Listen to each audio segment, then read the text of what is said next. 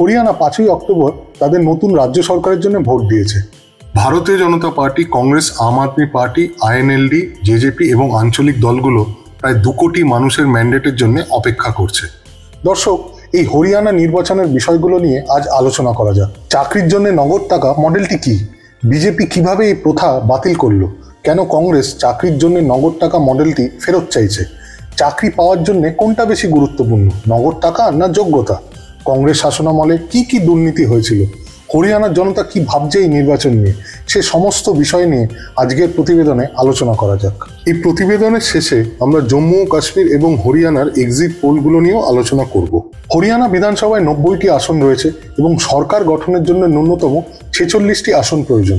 হরিয়ানায় 63টি সাধারণ বিভাগের আসন এবং 17টি তপশিলি জাতি সংরক্ষিত আসন রয়েছে। হরিয়ানাতে বিজেপি এবং জেজেপি সরকার ছিল, যারা 2019 সালের বিধানসভা নির্বাচনে যথাক্রমে 40টি এবং 10টি আসন পেয়েছিল। সেখানে কংগ্রেস 31টি আসন পেয়েছিল। 12ই আগস্ট 2024-এ বিজেপি এবং জেজেপির জোট ভেঙে যায় এবং মনোহর লাল খাট্টার মুখ্যমন্ত্রী পদ থেকে পদত্যাগ করেন। একই দিনে নায়াব সিং সাইনি নতুন মুখ্যমন্ত্রী হিসেবে শপথ নেন। যেহেতু এই বছরই নির্বাচন হওয়ার কথা ছিল, তাই বিধানসভায় যথাযথ ম্যান্ডেট ছাড়াই ভারতীয় জনতা পার্টি বিগত 6 মাস ধরে সরকার চালিয়েছে। এবার জেনে নেওয়া যাক এবারের নির্বাচনে কোন কোন রাজনৈতিক দল কার সাথে জোট করেছে। 89টি আসনে একাই লড়ছে ভারতীয় জনতা পার্টি। ইন্ডি জোটের শরিক কংগ্রেস ও সিপিআইএম হাত মিলিয়েছে। কংগ্রেস 89টি আসন এবং সিপিআইএম 1টি আসনে লড়াই করছে। এই জোটগুলো ছাড়াও দুষ্যন্ত চৌটালার জননায়ক জনতা পার্টি, যারা গত 4.5 বছর ধরে ভারতীয় জনতা পার্টির সাথে জোটে ছিল, চন্দ্রশেখর রাবণের দল আজাদ সমাজ পার্টির সাথে হাত মিলিয়েছে। জেজেপি 66টি আসনে এবং এএসপি 12টি আসনে লড়াই করছে। আইএনএলডি 51টি আসনে এবং বিএসপি 35টি আসনে প্রার্থী দিয়েছে। এই জোট গোপাল কান্ডার হরিয়ানার লোকহিত পার্টিকেও সমর্থন করেছে এবং এটি খুব আকর্ষণীয়, কারণ 1990-এর দশকে গোপাল কান্ডার লোকজনের হাতে আইএনএলডি কর্মীরা মারও খেয়েছিল। এই জোটগুলো ছাড়াও ইন্ডি জোটের আরেক শরিক আম আদমি পার্টি 90টি আসনে প্রার্থী দিয়েছে। আসন ভাগাভাগি নিয়ে কংগ্রেসের সাথে প্রাথমিক আলোচনা হলেও ফলাফল ফলপ্রসূ হয়নি। এর ফলে বিজেপির কিছুটা লাভ হতে পারে, কারণ বিজেপি বিরোধী ভোটগুলো ভাগাভাগি হলে বিজেপির আসন সংখ্যা বাড়তে পারে। কয়েকটি আঞ্চলিক দলও এই নির্বাচনে প্রার্থী দিয়েছে। কংগ্রেস শাসনামলে সরকারি চাকরি পাওয়ার একটা মডেল ছিল। একে খরচি পড়চি মডেল বলে। মূলত এর অর্থ হলো চাকরির জন্য নগদ টাকা। ভারতীয় জনতা পার্টি দাবি করছে তারা এই কুলসিত ব্যবস্থাকে বাতিল করেছে, কিন্তু কংগ্রেস দাবি করছে যদি তারা ক্ষমতায় আসে, ভোটে জিতে, তারা এই খরচি পড়চি মডেল পুনঃপ্রতিষ্ঠা করবে।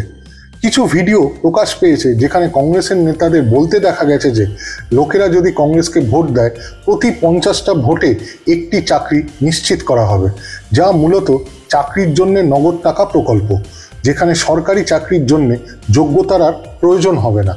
কংগ্রেসের নেতারা আরও বলেছেন যে খরচি পড়চি মডেলের ভিত্তিতে 2 লক্ষ চাকরি দেওয়া হবে।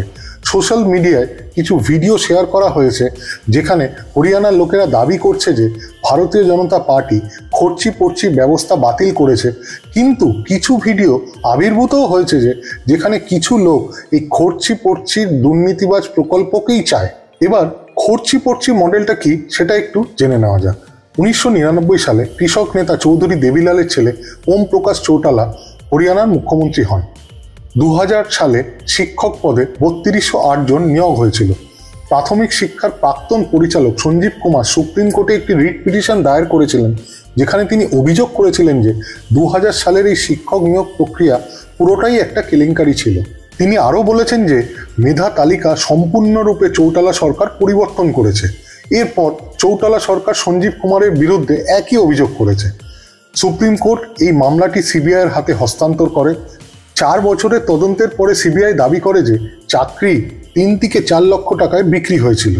সঞ্জীব কুমারকে চৌটালা সরকার টাকা দেওয়া প্রার্থীদের সাথে মেধা তালিকার প্রার্থীদের পরিবর্তন করতেও বলেছিল। সিবিআই 62 জনকে অভিযুক্ত করেছে এবং আদালত 55 জনকে দোষী সাব্যস্ত করেছে, যেখানে 16 জন মহিলা ছিল। এই ব্যবস্থাটি চাকরি দেওয়ার জন্য চৌটালা সরকার দ্বারা গ্রহণ করা হয়েছিল।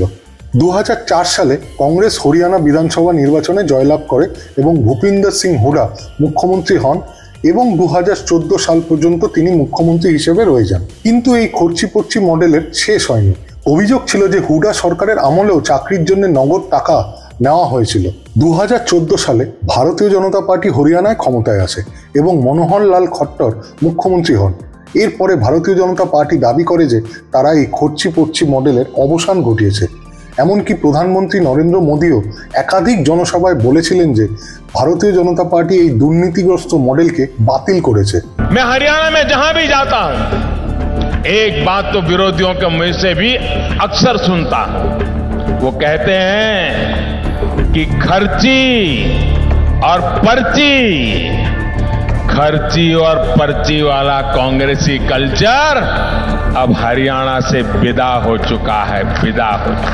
হরিয়ানার জনগণও বিশ্বাস করে যে এই খরচি পড়চি মডেলের অবসান হয়েছে এবং সরকারি চাকরির নিয়োগ এখন মেধার ভিত্তিতেই হয়।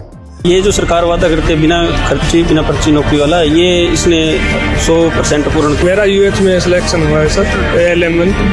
भाई सब कुछ चेक की कोई सिफारिश की नहीं सर, कोई जरूरत नहीं पड़ी, हम पढ़े। और বিভিন্ন কংগ্রেস নেতাদের বলতে দেখা গিয়েছে যে ক্ষমতা এলে তারা এই মডেলটি ফিরিয়ে আনবে, যা বোঝায় হরিয়ানায় এখন আর এই সিস্টেমের কোনো স্থান নেই। ইস্যুটি ছাড়াও হরিয়ানা বিধানসভায় নির্বাচনে অগ্নিবীর স্কিম, মুদ্রাস্ফীতি, এমএসপির দাবি এবং কুস্তিগীরদের মতো অন্যান্য সমস্যাও রয়েছে।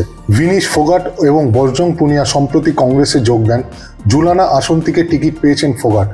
কুমারী সেলজা, কংগ্রেসের একজন প্রবীণ দলিত নেত্রী, টিকিট পাননি, যদিও তিনি মুখ্যমন্ত্রী হওয়ার প্রত্যাশা করেছিলেন। পুরো নির্বাচনী প্রচারের সময় তিনি একটি নমনীয় ভূমিকা পালন করেন। দর্শক, এখন হরিয়ানার জনগণই সিদ্ধান্ত নেবে যে তারা কোন দলকে তাদের নতুন সরকার হিসেবে চায় এবং নতুন সরকার তাদের জন্য কি কি নিয়ে আসবে। হরিয়ানা কি খরচি পড়চি মডেলের প্রত্যাবর্তন দেখবে, নাকি তারা চাকরির জন্য যোগ্যতাকেই বেছে নেবে, নাকি অন্যান্য বিষয়গুলো খরচি পড়চি মডেলকে ছাপিয়ে যাবে? 8ই অক্টোবর জম্মু কাশ্মীরের সাথে হরিয়ানার ফলাফল ঘোষণা হবে, আর সেদিনই জানা যাবে এই দুই রাজ্যের জনগণ কাকে চয়ন করেছে। সন্ধে 6টা অবধি যে খবরটা আসছে সেটা হলো হরিয়ানাতে প্রায় 65% মানুষ ভোটদান করেছেন। প্রথমে শুরু করি জম্মু ও কাশ্মীরের এক্সিট পোল নিয়ে।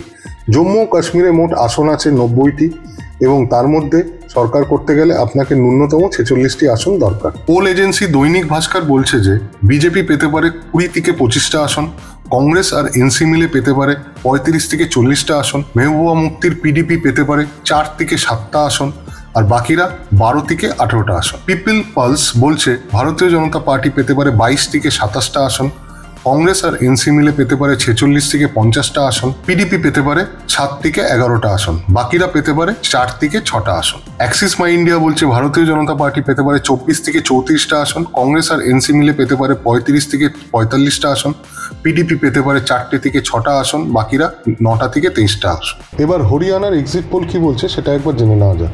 হরিয়ানাতেও 90টা আসনে ভোট হয়েছে, তার মধ্যে মেজরিটি পেতে গেলে আপনাকে 46টা আসন প্রয়োজন। দৈনিক ভাস্কর বলছে কংগ্রেস পেতে পারে 49টা আসন, ভারতীয় জনতা পার্টি পেতে পারে 22টা আসন, আইএনএলডি পেতে পারে 3টে আসন, জেজেপি পেতে পারে 1টা আসন, আম আদমি পেতে পারে 0 থেকে 1টা আসন ও বাকিরা 14টা আসন। সি ভোটার বলছে হরিয়ানাতে কংগ্রেস পেতে পারে 50 থেকে 58টা আসন, ভারতীয় জনতা পার্টি পেতে পারে 20 থেকে 28টা আসন ও বাকিরা 10 থেকে 14টা আসন। ম্যাট্রিক্স সংস্থা বলছে কংগ্রেস পেতে পারে 55 থেকে 63টা আসন, ভারতীয় জনতা পার্টি পেতে পারে 18 থেকে 24টা আসন, আইএনএলডি পেতে পারে 4টে থেকে 6টা আসন, জেজেপি পেতে পারে 0 থেকে 2টো আসন ও বাকিরা 2 থেকে 6টা আসন। আপনাদের মতামত অবশ্যই জানাবেন কমেন্টসের মাধ্যমে, আমি অপেক্ষায় থাকবো। নমস্কার, ভালো থাকবেন।